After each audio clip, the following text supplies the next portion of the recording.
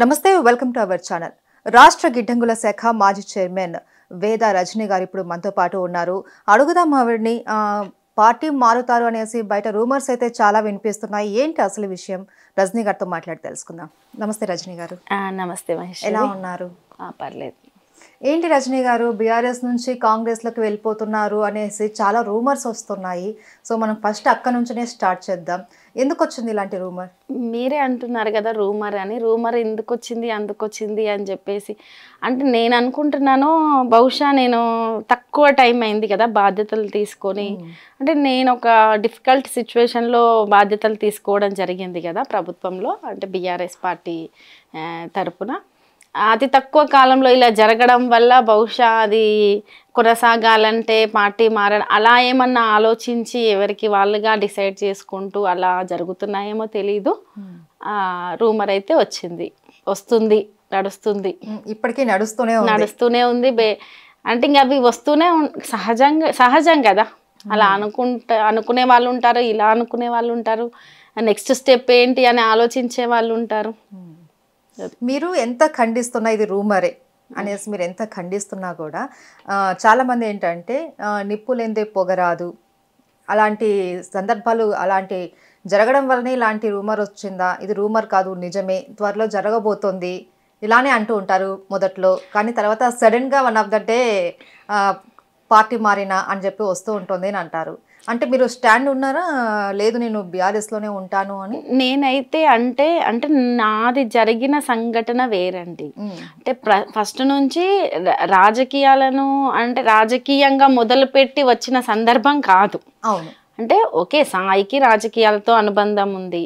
సాయి తెలంగాణ ఉద్యమ సందర్భం నుంచి, ఉద్యమం తర్వాత తెలంగాణ రాష్ట్రం ఏర్పడిన తర్వాత అప్పటి టీఆర్ఎస్ పార్టీ బీఆర్ఎస్ పార్టీతో అనుబంధమై పనిచేశారు. తదనంతరం ఒక చైర్మన్గా బాధ్యతలు నిర్వర్తించారు. ఇన్సిడెంట్ జరగడము, నేను చైర్మన్గా వాళ్ళు అంటే బీఆర్ఎస్ పార్టీ ఇచ్చిన బాధ్యతలు తీసుకోవడం, ఆ తదనంతర కాలంలో కూడా నేను నాదైన మార్క్ వేసుకుంటూ రాజకీయాల్లో ఎంతో కొంత మనం అంటే ఏందో చూపించుకోవాలి, అంటే పని చేయాలి, ప్రజల్లో ఉండాలి, ఏదో ఒక పదవి అనుకోండి, బాధ్యత అనుకోండి, అది తీసుకొని మనము తీసుకున్నాము అయిపోయింది అన్నట్టు ఉంటే సరిపోదు. భవిష్యత్తు రాజకీయాల్లోనే అనుకుంటున్నాం కాబట్టి ఖచ్చితంగా అంటే నేను ఆ రోజు ఈరోజు రేపైనా అందరికీ చెప్తున్న విషయం, ఖచ్చితంగా సాయి ఏమనుకున్నాడో అది నేను చేసి చూపించాలనే నేను బలంగా ఆలోచించి అడుగులేసానన్న సంగతి చెప్తున్నాను.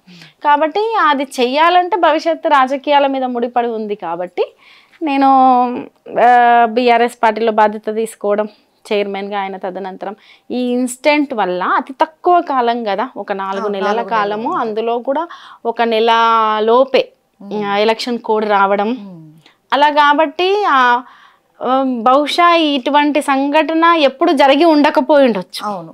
కాబట్టి అందరూ ఒక్కొక్కరు ఒక్కొక్క రకంగా ఆలోచిస్తుండొచ్చు. ప్రజెంట్కి అయితే నేను బీఆర్ఎస్ పార్టీ తరపున అనుకోండి, లేదు సాయి ఇన్సిడెంట్ తర్వాత ఒక సంఘటన జరిగిన తర్వాత రాజకీయాలతో ఏమాత్రం ప్రమేయం లేని నేను, అంటే కుటుంబానికి ఉండడం వేరు. ఒక కుటుంబంలో డాక్టర్ ఉన్నంత మాత్రాన ఎంతో కొంత అందరూ డాక్టర్లు కాదు కదా. అలా అప్పటి వరకు రాజకీయ అంటే ఆ విషయాలు తెలిసి ఉండొచ్చు, కానీ ప్రత్యక్షంగా ముందు కనపడని నేను ఈ సంఘటన తర్వాత బయటికి రావడం అయింది. నాకు బాధ్యతలు ఇచ్చారు, బాధ్యతలు కూడా నా వంతుగా నేను చేస్తూ ఉన్నాను.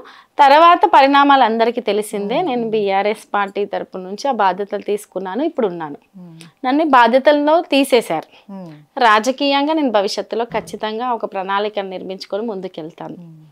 ఇది నేను చెప్తూనే ఉన్నాను. కాబట్టి వస్తుంటాయి, రేపు ఇంకా భవిష్యత్తులో చాలా వస్తుంటాయి.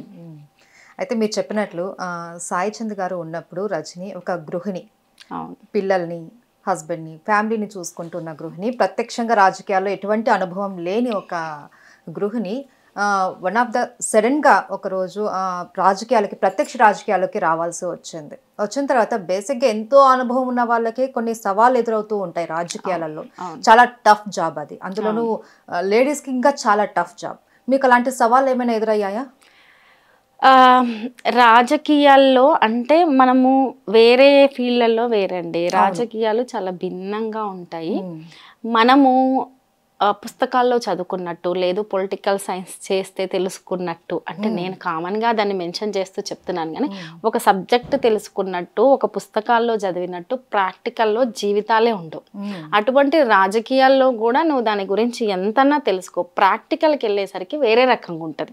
ప్రజలలోకి వెళ్ళడం కావచ్చు, ప్రజలలోకి వెళ్ళి రాజకీయం చేసే క్రమంలో వేరే రకంగా ఉంటుంది. అయితే మీరేమైనా ఎదుర్కొన్నారా అంటే ఒక్కసారి మనకంటూ అన్ని విషయాలు చూసుకునే పర్సన్ కావచ్చు, మనల్ని బాధ్యతగా చూసుకునే ఒక పర్సను మన లైఫ్లో లేకుండా అయిన మరుక్షణం నుంచే చాలా ఎదుర్కొంటాం. నేనే కాదు, ఒక మహిళ. తర్వాత సరే నేను భిన్నంగా రాజకీయంగా అడుగులు వేశాను అంటే నన్ను అడుగులు వేయించారు, నిజం చెప్పాలంటే ధైర్యం ఇచ్చి అడుగులు వేయించారు. భిన్నంగా రాజకీయాల వైపు అడుగు వేశాను, అప్పుడు నాకు ఎంత ధైర్యం ఇచ్చారో ప్రతి ఒక్కరికి తెలిసిందే, ప్రతి సంఘటన అందరూ చూసిందే. సహకారం చేసిన అభిమానులు కావచ్చు, అందరూ, ఒక్కరని చెప్పట్లేదు, ఈవెన్ మీడియా మిత్రులు కావచ్చు, ప్రతి ఒక్కరూ నాకు ధైర్యం ఇచ్చి ప్రభుత్వం బీఆర్ఎస్ ప్రభుత్వం ఇచ్చిన బాధ్యతను కూడా నేను ఏదో రకంగా నిర్వర్తించాలనే ధైర్యాన్ని కూడా ఇచ్చిన వాళ్ళు ఉన్నారు. ఏ రోజైతే మనం బాధ్యతల్లో కూర్చుంటామో ఆ రోజు నుంచే సవాళ్ళను ఎదుర్కొంటాం. ఇది ఎదుర్కొన్నాము అది ఎదుర్కొన్నాము అని చెప్తే ఇప్పుడు మనం చిన్నగా అయిపోతాం. అవును, కానీ ఎవరైనప్పటికీ ఏ రోజైతే మనం ఒక ఛాలెంజ్ని తీసుకొని బాధ్యతల్లో కూర్చున్నామో అప్పుడు రాజకీయాల్లోకి మనం ఎంటర్ అయినట్టే. ఆ రోజు నుంచే మనం అనేక సవాళ్ళను ఎదుర్కొంటుంటాం. నేను ఆ సవాళ్ళను ఎదుర్కోవడం కూడా కామన్గా ఉండి ఎదుర్కోవడం వేరు, మనమే బాధల్లో ఉండి ఎదుర్కోవడం వేరు. నేనే బయటికి రాలేని పరిస్థితుల్లో ఉండి అనేకమైన విమర్శలు ఎదుర్కొంటూ కూడా నేను ఆ సవాళ్ళను ఎదుర్కొంటూనే జర్నీ చేశాను. అవి ఉంటాయి రాజకీయాల్లో, ఎవరికైనా ఉంటాయి, నాకని కాదు. లేదు ఒక సంఘటన, ఒక జాలి అనో ఇంకోటనో ఉండవు. రాజకీయాల్లో అదైన కోణంలో ఎవరైనా పనిచేయాల్సిందే. కాంగ్రెస్ పార్టీ అధికారంలోకి వచ్చిన తర్వాత ఈ చైర్మన్స్ పదవులన్నింటినీ కూడా తొలగించేశారు. ప్రజెంట్ రజనీ గారు ఏం చేస్తున్నారు? యాక్చువల్గా తొలగించి కూడా ఎక్కువ సమయం ఏం కాలేదు. ఆలోపు నాకు తెలిసిన వాళ్ళు సాయి మీద అంటే ఆ తదనంతరం నేను వెళ్ళడం జరిగింది. బీఆర్ఎస్ పార్టీలో ఉన్న ఆ నాయకులు కూడా అందరినీ కలవడం జరిగింది. కేసీఆర్ గారు ఒక చిన్న జారిపడే సందర్భంలో హాస్పిటల్లో ఉన్నప్పుడు కూడా వెళ్ళి కలవడం జరిగింది. నాకు సంబంధించిన వరకు సాయికి ఉన్న సర్కిల్ కావచ్చు, మాకున్న సర్కిల్ కావచ్చు, రాజకీయంగా తెలిసిన వాళ్ళు కావచ్చు, మిగతా శ్రేయోభిలాషులు కావచ్చు, మిత్రులు కావచ్చు, ఇలా అయ్యింది అని ఫీల్ అయ్యే వాళ్ళు కావచ్చు, అందరు రావడం, కలవడం, నెక్స్ట్ ఏంటి అనే విషయాల గురించి చర్చించడం ఇలా జరుగుతుంది. మీకు లాస్ట్ ఎలక్షన్స్లోనే ఎమ్మెల్యేగా పోటీ చేసే అవకాశం వచ్చింది, కానీ మీరు ఎందుకు అటువైపు ఆలోచించలేదు? పోటీ చేసే అవకాశం ఆ ఎలక్షన్ టైంకి బహుశా ఈ సంఘటన జరిగి 2 నెలలు దాటి 3 నెలలు అయ్యిందండి అంతే.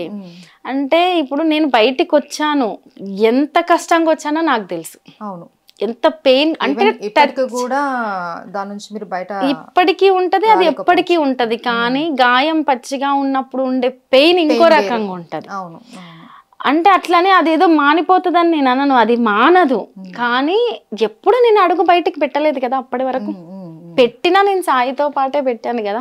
నేను సింగిల్గా అడుగు బయటికి పెట్టి చూసింది, మాట్లాడింది లేదు, ఏదన్నా చేసింది కూడా చాలా తక్కువ కదా. ఒకవేళ చేసినా సాయి సహకారంతో చేశానే తప్ప నేను సింగిల్గా చేయలేదు ఎప్పుడు. సో ఫస్ట్ నేను నిలబడాలి కదా. ఇప్పుడు నేనే పడిపోయాను. ఎలా పడిపోయానంటే ఇంకా బహుశా జీవితంలో మళ్ళీ నిలదొక్కోలేనట్టు పడిపోయాను. అటువంటప్పుడు నాకే నిలబడే శక్తి లేదు. అది అంటే మనము ఎవరిదైనా ఏది వాళ్ళకు భరించే వాళ్ళకే తెలుస్తుందండి ఆ నొప్పి. కాబట్టి నేను చాలా కష్టమైన పరిస్థితుల్లో నా గుండెల్లో, నా గొంతులో, నా జీవితంలో ఉన్న పెయిన్ అంతా ఆపి పెట్టి మాట్లాడాను, పరిగెత్తాను. నాకు సాధ్యమైనంత వరకు రాజకీయంలో ఇంకా ముందుకెళ్ళడానికి ప్రయత్నించాను. అటువంటి సందర్భంలో ఇప్పుడు ఒక ప్రత్యక్ష రాజకీయాల్లోకి రావడం అనేది చిన్న విషయం ఏం కాదు. వచ్చి ఫెయిల్ అయిపోతే సాయి అనుకున్న దానికి అర్థం ఉండదు. ఇప్పుడు నాకు కొంత అనుభవం వచ్చిన తర్వాత, కొంత నేనేంటో తెలిసిన తర్వాత, పోనీ అక్కడున్న వాతావరణం అనుకోండి, అక్కడున్న రాజకీయ పరిస్థితులు అనుకోండి, నాయకుల స్థితిగతులు అనుకోండి, ప్రజల ఏం కోరుకుంటున్నారు అనుకోండి, అవన్నీ తెలియకుండా సరే నేను వెళ్ళి నిలబడి, లేదు నేను ఆశించు, లేదు నాకు అవకాశం వచ్చు, నేను వెళ్ళి నిలబడి ఏ మాత్రం సక్సెస్ కాలేకపోయినా సాయి 15 ఏళ్ల శ్రమని నేను వెనక్కి అంటే ఒక రకంగా నేను అది నాశనం చేసిందాన్ని అవుతాను.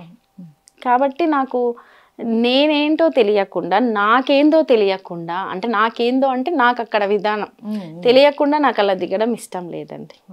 గ్రౌండ్ తెలుసుకునే దిగుదాం అనుకున్నాను.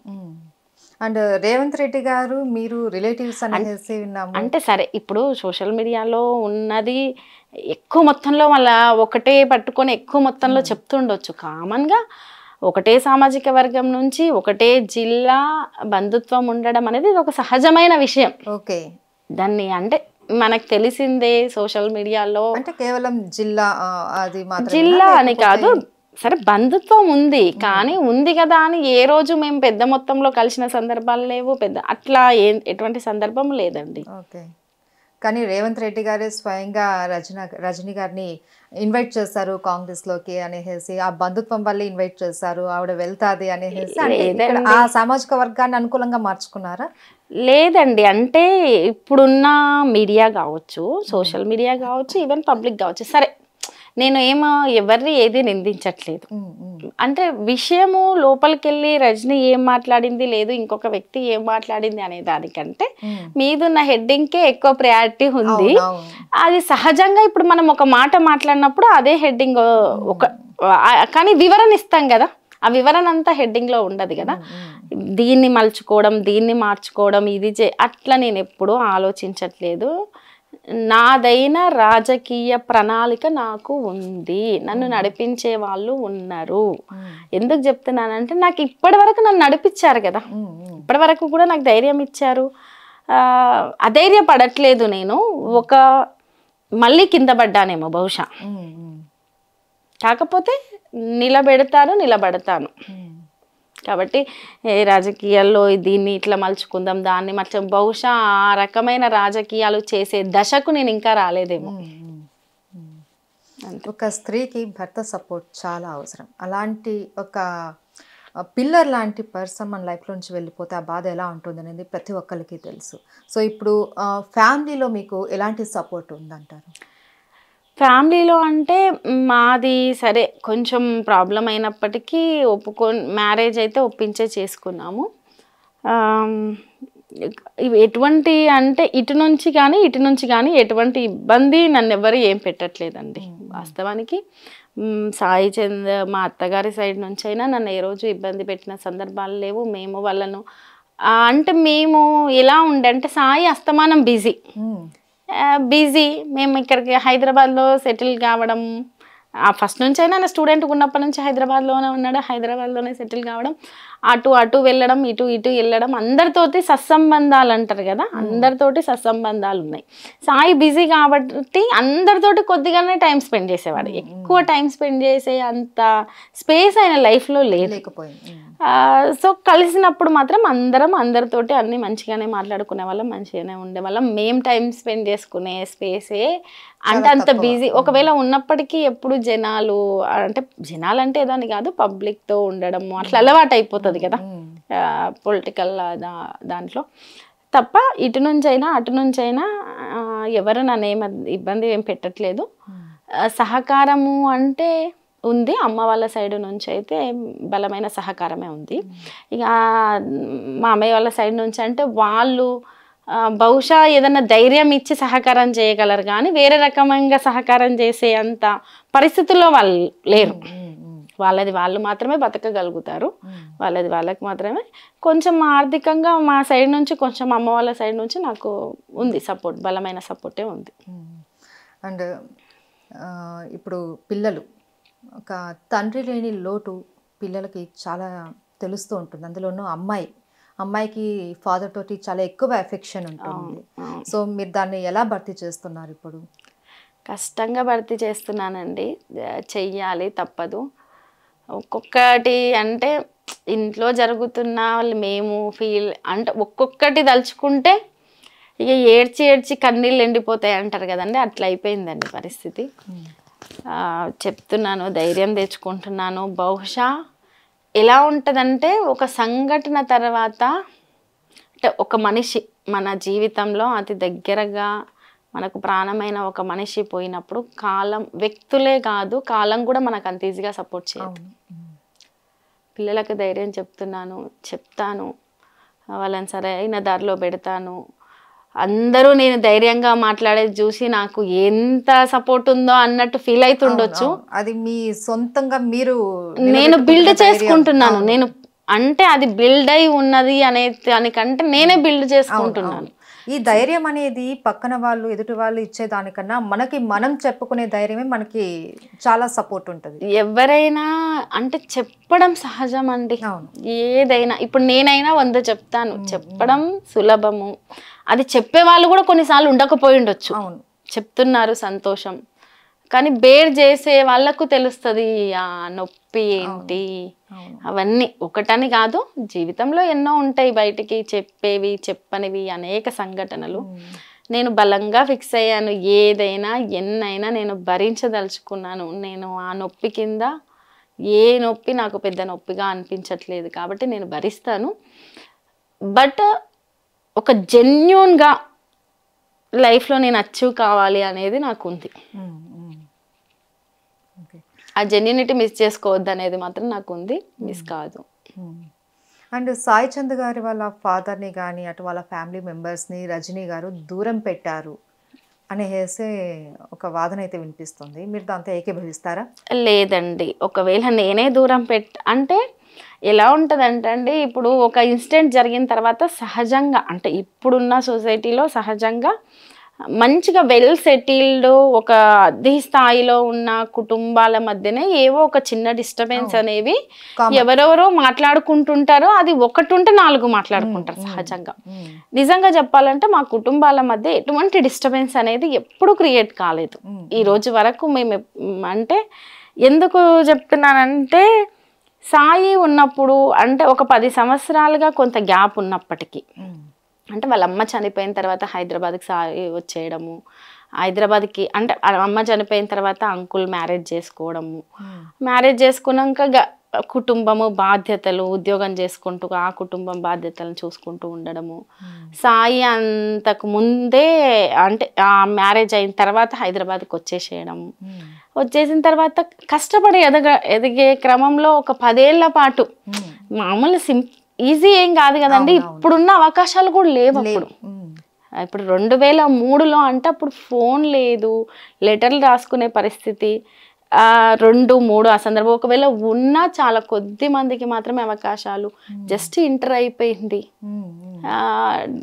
డిగ్రీ 3 ఏళ్ళు చదవాలి, పీజీ 2 years చదవడము, తెలంగాణ ఉద్యమంలో పాల్గొనడము. ఆ తర్వాత కదా ఒక 10 ఏళ్ల తర్వాత కదా తను ఏందో ప్రూవ్ అయింది. ఆ 10 ఏళ్ల పాటు పెద్దగా తనకి గ్యాప్ అయితే ఉంది ఊరితో. నేను మ్యారేజ్ చేసుకున్నాక గ్యాప్ మాత్రం లేదు. కాకపోతే ఎవరి కుటుంబాలు వాళ్ళు అన్నట్టు మాత్రం బతికాము. అంకుల్ కుటుంబం మ్యారేజ్ చేసుకున్నారు కాబట్టి మ్యారేజ్ అయింది, పాప ఆ కుటుంబాన్ని. ఎందుకంటే 20 ఏళ్ల క్రితం సంఘటన కదా అది, 22 ఏళ్ల క్రితం. అప్పటికి 40 years ఏజ్ కాబట్టి చేసుకున్నారు. అది మంచినే సాగుతుంది. సాయి వాళ్ళ బ్రదర్ కూడా తనకు ఒక జాబ్ ఉంది, మంచినే సాగుతుంది. మేము కష్టపడి, కాకపోతే మా ఆర్థిక స్థితిగతి మాత్రం కొంచెం నా పెళ్లి తర్వాత మెరుగుపడిందండి. అంటే మెరుగుపడిందంటే ఓ రేంజ్ అని నేను చెప్పను, ఎంతో కొంత ఇల్లు కట్టుకోవడం కొంచెం పర్లే అట్లా. అంటే పెళ్లి తర్వాత అంటే కొంచెం ఒప్పుకొని పెళ్లి చేశారు కాబట్టి వాళ్ళకు కూడా మా అమ్మాయి కొంచెం మెరుగ్గా ఉండాలి అని కొంచెం సహకరిస్తారు కదా, అట్లా సహకరించిన మాట వాస్తవం. అక్కడ నుంచి కొంచెం సహకారం ఉంది కాబట్టి భిన్నంగా కుటుంబాల్లో ఉండే ఆర్థిక స్థితి కంటే కొంచెం బెటర్గా ఉన్నమాట మాత్రం వాస్తవమే. కానీ కుటుంబాల మధ్య ఏ రోజు దేని గురించి గొడవలు లేవండి. ఈ సంఘటన జరిగిన తర్వాత అంటే సాయిది జరిగిన తర్వాత ఎక్కువ కొన్ని విషయాలు పాయింట్అవుట్ చేశారు. మా లైఫ్లో డిఫరెంట్ కోణం అనేది ఉంది కాబట్టి కావాలని పదే పదే వీళ్ళ మధ్య మన గొడవలు జరుగుతాయా, ఇంకేమన్నా విషయాలు బయటకు వస్తాయా, ఇంకేమన్నా డిస్టర్బెన్స్ ఉంటుందా అన్నట్టు రాయి వేస్తూ రావడం అనేది జరిగింది. కానీ అటువంటిది అయితే ఏం లేదు. అందరం అయితే మంచిగా ఉన్నాం, మంచిగా మాట్లాడుకుంటున్నాం, కలిసినప్పుడు మంచిగా మాట్లాడుకుంటాం. ఇప్పుడు మా తోడికోడలు తన కుటుంబం పిల్లలు, ఎందుకంటే మా బావగారు కూడా లేరు, చనిపోయారు కాబట్టి వాళ్ళ అమ్మ వాళ్ళ ఇంట్లో ఉంటుంది తను అలా ఉంది. నేను ఇక్కడ ఉన్నాను హైదరాబాద్లో, మామయ్య గారు ఊర్లో ఉన్నారు, అంటే ఆల్రెడీ మ్యారేజ్ చేసుకున్నారు కాబట్టి అత్తమ్మ ఉన్నారు కాబట్టి తను అలా ఊర్లో ఉన్నారు. ఊర్లో కూడా ఓన్ హౌస్ ఉంది. ఆర్థిక సహకారం కొంచెం ప్రభుత్వం నుంచి అందింది. మరీ ఒడ్డున పడ్డిన చేపలకి ఎంతో కొంత, అది ఎక్వేరియం కావచ్చు, చిన్న గ్లాస్లో వాటర్ తెచ్చి దాంట్లో వేసిన అదొక ఊరట అంటారు కదా, అలా కొంత ఊరట అయితే ఆ కుటుంబాల్లో కొంచెం సహకారంతో జరిగింది. అయితే ఒకానొక సందర్భంలో రీసెంట్గానే సాయి చంద్ గారు, అదే మీరైతే చైర్మన్గా ఉన్నప్పుడు అక్కడ నుంచి చైర్మన్ పదవులన్నీ తొలగించినప్పుడు ఆఫీస్ నుంచి వచ్చేటప్పుడు మీరు కాస్త కాదు చాలా ఎక్కువగా బాధపడ్డారు అనేసి విన్నాం. ఫోటో కూడా మేము వచ్చి తీస్తాము అన్నంత వరకు కూడా ఆగలేకపోయారు, దాన్ని తీసేసి పక్కన పెట్టేశారు. ఇప్పుడు ఎలా ఉంటుందంటే అండి, ఒక రాజకీయ వ్యవస్థలో ఉన్నప్పుడు సరే ఎన్నన్నా జరుగుండొచ్చు, ఏదైనా జరుగుండొచ్చు, ప్రతి ఒక్కరూ ప్రతిదీ రాజకీయ దృష్టితోటే చూస్తారు.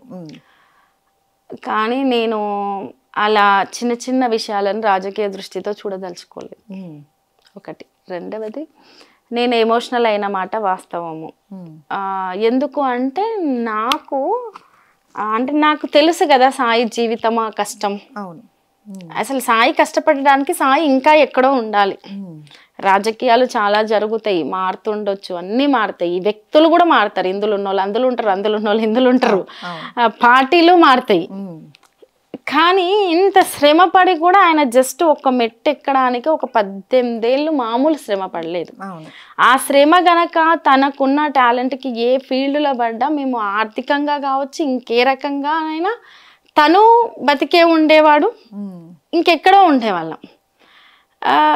అరే ఇంత శ్రమ పడి సరే, తన పాత్ర తెలంగాణ ఉద్యమంలో కూడా చాలా కీలకం. మీరు చాలా మంది బీఆర్ఎస్ పార్టీలో అంటే బీఆర్ఎస్ పార్టీ తరపు నుంచి, అంటే ఒక రాజకీయ పార్టీలో ఉన్నప్పుడు ఒక్కొక్కరు ఒక్కో విధంగా పనిచేస్తారండి. నువ్వు గట్టిగా మాట్లాడి పనిచేస్తావు, నువ్వు స్థానికంగానే పనిచేస్తావు, నువ్వు విలేజ్ వరకే పనిచేస్తావు, ఒక రాష్ట్రం అంతా పనిచేస్తారు. అంటే పబ్లిక్ కొంతమంది మాట్లాడేది నేను చెప్తున్నాను. కాబట్టి సాయికి ఉన్నదాన్ని ఆయుధంగా చేసుకొని రాజకీయాల్లో పనిచేశాడు. కానీ రాజకీయంలో ఎంత బలంగా పనిచేశాడో అంతకు 2 బలంగా ఉద్యమంలో కూడా పనిచేశాడు కదా.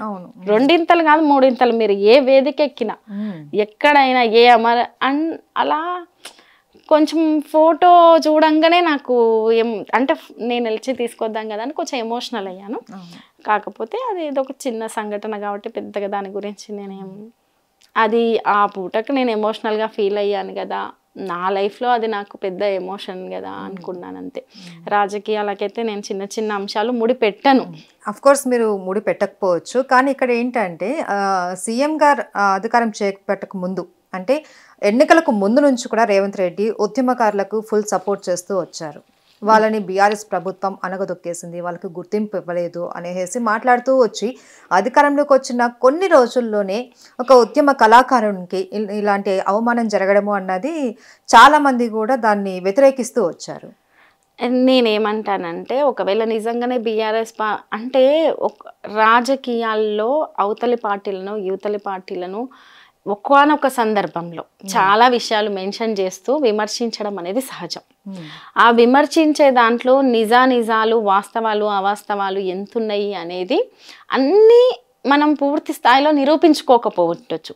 కానీ నా వరకు నేను బీఆర్ఎస్ పార్టీ కూడా పూర్తికంగా ఉద్యమకారులందరినీ వదిలేసింది అంటే నేను ఎక్కడున్నా, ఈరోజు రాజకీయాల్లో ఉండొచ్చు ఉండకపోవచ్చు, రేపు ఎక్కడ ఉన్నప్పటికీ, అంటే నేను సహజంగా చెప్తున్నాను, ఒక 30 ఏళ్ళ జర్నీలో ఎక్కడ ఉన్నా ఈ మాటనైతే నేను ఇదే చెప్తాను, బీఆర్ఎస్ పార్టీ పూర్తి స్థాయిలో ఉద్యమకారుల్ని వదిలేసింది అంటే మాత్రం అది అవాస్తవం.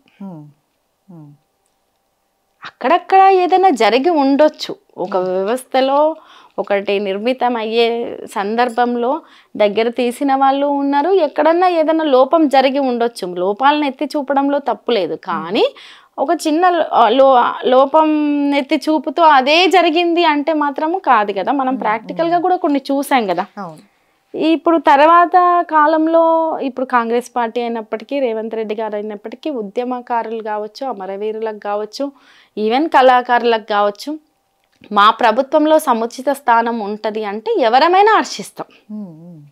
ఇప్పుడు నేనైనా ఇంకొకరైనా తెలంగాణ గడ్డకు ఉద్యమ వాసన అనేది ఉంది. కాబట్టి ఆ ఉద్యమం నుంచి వచ్చిన వాళ్ళని ఎవరు వాళ్ళని ఆదరించిన, ఎవరు వాళ్ళని దగ్గరికి తీసినా, అది ఈ ప్రభుత్వం ఆ ప్రభుత్వం ఇంకో ప్రభుత్వం అది కాదు, ఎవరైనా చేయాల్సిన బాధ్యత ఉంది అని నేను అంటా. వాళ్ళేదో ఆదరించడము వీళ్ళేదో ఆదరించడం కాదు, అది బాధ్యత. అది ఈ ప్రభుత్వమైనా రేపు ఇంకో ప్రభుత్వం మారినా ఇంకోటి ఉన్నా. ఉద్యమం అంటే ఓన్లీ మలిదశ ఉద్యమం వరకే కాదు, ముందు కూడా ఉద్యమాలు జరిగి ఉన్న కుటుంబాలు కూడా ఉన్నాయి కదా. నేను అంటే నాట్ ఓన్లీ అమరవీరుల గురించి అని అనట్లేదు, ఎవ్రీథింగ్. ఉద్యమంలో కష్టపడ్డ వాళ్ళు ప్రతి ఒక్కరు ఉన్నారు. ఉద్యమం దాన్ని సాధించుకున్నాం. ఏ ప్రభుత్వాలైనా సహకరించాలి. వాళ్ళు సహకరించలేదు వీళ్ళు సహకరించారు, వీళ్ళు సహకరించలేదు వీళ్ళే సహకరిస్తారంటే ఎవరికి వాళ్ళు మార్క్ వేసుకుంటున్నారేమో. కానీ వీళ్ళు సహకరించారు, కొంచెం లోపాలు జరిగి ఉండొచ్చు, వాళ్ళు పూర్తి స్థాయిలో సహకరిస్తే సంతోషం. ఏమన్నా లోపాలు జరిగితే సరిదిద్దుకోవాలి. రేపు ఇంకెవరన్నా వచ్చినా కూడా సహకరించాలి. ఇది నేను చెప్తాను. అంటే మీరు ఏమన్నా కొన్ని సూచనలు ఇచ్చారు రజనీ గారు అనేసి విన్నాము. అంటే ఎలాంటి సూచనలు ఇచ్చారు?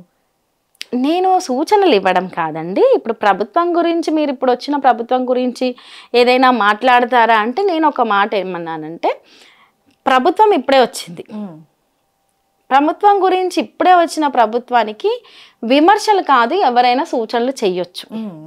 అది ఎవరైనా చెయ్యొచ్చు. అంటే నేను ఈరోజు రాజకీయాల్లో ఉన్నానని కాదు, కామన్గా మీరు బయటికి వెళ్ళండి, ఒక సాధారణ వ్యక్తిగతంగా వాళ్ళ జీవితం చూసుకుంటూ ఉన్న సాధారణ వ్యక్తులను అడిగినా వాళ్ళకు కూడా హక్కు ఉంది కదా సూచన చేసేది. అలా ఇప్పుడు వచ్చిన ప్రభుత్వం ఇప్పుడే వచ్చింది కాబట్టి ప్రభుత్వం చేసే పనులు ఎవరికైనా సమయం కావాలి. నేను ఒక సంస్థను కూడా చూశాను కదా, ఆ సంస్థను అర్థం చేసుకోవడానికి నాకు కొంత సమయం పట్టింది కదా. అలా ఈ ప్రభుత్వానికి కూడా, అంటే మీరు దీని గురించి దాని గురించి ఏమైనా మాట్లాడతారా అని అడిగినప్పుడు నేను చెప్పాను, కొంత సమయం ఖచ్చితంగా కొత్తగా వచ్చిన ప్రభుత్వానికైనా, అంటే ప్రభుత్వం అని కాదు, అది ఏ సంస్థలో ఎవరు కొత్తగా వచ్చినా సమయం ఇవ్వాల్సిందే. సమయం ఇచ్చిన తర్వాత విమర్శలు గురించి మాట్లాడితే విమర్శలు చేయడం కాదు, సూచనలు చేయొచ్చు అని చెప్పాను. అది కామన్గా ఎవరికైనా సరే కొన్ని ఆశయాలు ఉంటాయి, నేను ఫర్దర్గా ఇలా చేయాలనుకుంటున్నాను అలా చేయాలనుకుంటున్నాను అనేసి కామన్ మెన్కి కూడా ఉంటుంది. సో సాయి చంద్ గారు ఒక ఉద్యమ కళాకారులు, అలాగే బీఆర్ఎస్లో ఒక నేతగా ఎదుగుతున్న వ్యక్తి. సో ఆయన మీతో ఎప్పుడైనా షేర్ చేసుకున్నారా, నాకు ఇలాంటి ఆశయాలు ఉన్నాయి, నేను దీన్ని ముందుకు తీసుకెళ్ళాలి అనేసి? దాని గురించి మీరు ఏమైనా ఆలోచన? సాయి గురించి తెలిసిన వాళ్ళకందరికీ ఇక్కడ పొజిషన్లో కావచ్చు, అపోజిషన్లో, అంటే రాజకీయాలతో టచ్ ఉన్న వాళ్ళకి, ఉద్యమాలతో టచ్ ఉన్న వాళ్ళకి, సాయితో అనుబంధం ఉన్న వాళ్ళకి, వేదిక మీద సాయిని చూసి కింద పలకరించి మాట్లాడిన ప్రతి ఒక్కరికి సాయి ఏం చేయాలనుకున్నాడు, రేపు ఏం చేసేవాడు, ఒకవేళ బతికుంటే ఏ స్థాయికి వెళ్ళేవాడు, అంటే దానికోసం ఎందుకు కష్టపడుతున్నాడు అనే విషయం అందరికీ తెలుసు. ఖచ్చితంగా సాయి ఇప్పుడు బతికుంటే చట్టసభల్లో ఉండేవాడు, ఖచ్చితంగా ప్రజల పక్షాన్నే ఉండేవాడు, రేపు ఇంకా భవిష్యత్తు ఇంకో రకంగా ఉండేది. ఒక రకంగా చెప్పాలంటే ఇప్పటికే ఉండాల్సిన వాడు అన్న సంగతి ప్రతి ఒక్కరికి, ఒకవేళ నేను చెప్తే మాకు ఇంకా ఎక్కువ తెలుసు, నువ్వు చెప్పేదే తక్కువ అని అంటారు బయట సాయి గురించి. సరే, పర్సనల్గా తనకు ఏంటి, ఎలా, ఎందుకు, కొన్ని ఇబ్బందులు, మంచి చెడులు అన్నీ నాకు ఎక్కువ షేర్ చేసుకొని ఉండొచ్చు. కానీ తను రాజకీయంగా ఎలా అడుగులు వేశాడు, ఎలా ఉన్నాడు, ఏం మనస్తత్వము ఏంటి అంటే వేదిక మీదనే కాదు కింద కూడా చూసిన వాళ్ళు అనేకం ఉంటాయి కదా. ఇప్పుడు ఒక మైక్ పట్టుకొని మైక్ ముందో లేకపోతే ఒక వేదిక ముందో మాట్లాడడం వ్యక్తి మనస్తత్వం కాదు, అది వ్యక్తి అంటే తను ఎంచుకున్న దారి అంతే. కానీ సాయి ఏమయ్యేవాడు, లేనందుకు కూడా ఉండే పరిణామాలు, మా కుటుంబంగానే కాదు, తెలంగాణలో పరిణామాలు కావచ్చు. తను ఇప్పటికి ఉంటే తను ఖచ్చితంగా ఈరోజు చట్టసభల్లో ఉండేవాడన్న సంగతి, రేపు భవిష్యత్తులో ఇంకో రకంగా ఉండేవాడన్న సంగతి, ఇప్పటికే కొన్ని చాలా ఆలస్యమైనవి అన్న సంగతి అందరికీ తెలిసినాయి. రైట్. రజనీ గారు, ప్రజెంట్ పిల్లలు ఏం చదువుతున్నారు? బాబు 5th క్లాస్ చదువుతున్నాడండి, పాప 2nd క్లాస్ చదువుతుంది. చిన్నపిల్లలు. ఓకే. అయితే మీరు అన్నారు స్టార్టింగ్లో ఈ ఎలక్షన్స్లో మీకు ఎమ్మెల్యేగా అవకాశం వస్తే మీరు చేయలేకపోయాను అనేసి, నేను నిలదొక్కుకోవాలి అనేసి అన్నారు. అంటే ఇంకా వచ్చే ఎలక్షన్స్ ఇంకా 5 years తర్వాత కావచ్చు, అప్పుడు వచ్చే ఎలక్షన్స్కి మీరు ఒక స్ట్రాంగ్ పర్సన్ అయిపోతారు అనేసి నేను అనుకుంటున్నాను. సో అప్పుడు ఏమైనా మీరు అవకాశం వస్తే పోటీ చేస్తారా? ఖచ్చితంగా ఈ అడుగులే దానికోసం అండి. అవకాశం వస్తుంది అని బలంగా నమ్ముతున్నాను ఫస్ట్. రెండవది ఖచ్చితంగా పోటీ చేస్తాను. పోటీ చేయడమే కాదు, ప్రజలలో ఇప్పటి నుంచే నేను ప్రజలలో పని మొదలు పెడతానండి. ఎందుకంటే పూర్తిగా ప్రజా అవసరాలు తీరుతాయి అని కూడా మనము, అంటే ప్రజా జీవితంలో ప్రజలు వాళ్ళ కష్టాలు, అవసరాలు, రాజకీయంగా ఆ దారులు అనేవి మనం మన జర్నీలో చూస్తూనే ఉంటాం, తెలుస్తుంటుంది. ఆ దిశగా నేను అడుగులేస్తాను, అక్కడ పని చేస్తాను. మాదైన ఏరియాలో ఖచ్చితంగా నాదైనా ముద్రేసుకుంటానండి. వచ్చేసారి ఖచ్చితంగా నన్ను రాజకీయాల్లో చాలా బలంగా చూస్తారు. ఈ దారి కూడా అడుగులు నన్ను చాలా బలంగానే చూస్తారు అని నేను అనుకుంటున్నాను. Right. Thank you so much Rajani garu. ఇదండి ఇవాళ స్పెషల్ చిట్ చాట్ విత్ వేద రజనీ గారితో. నమస్తే.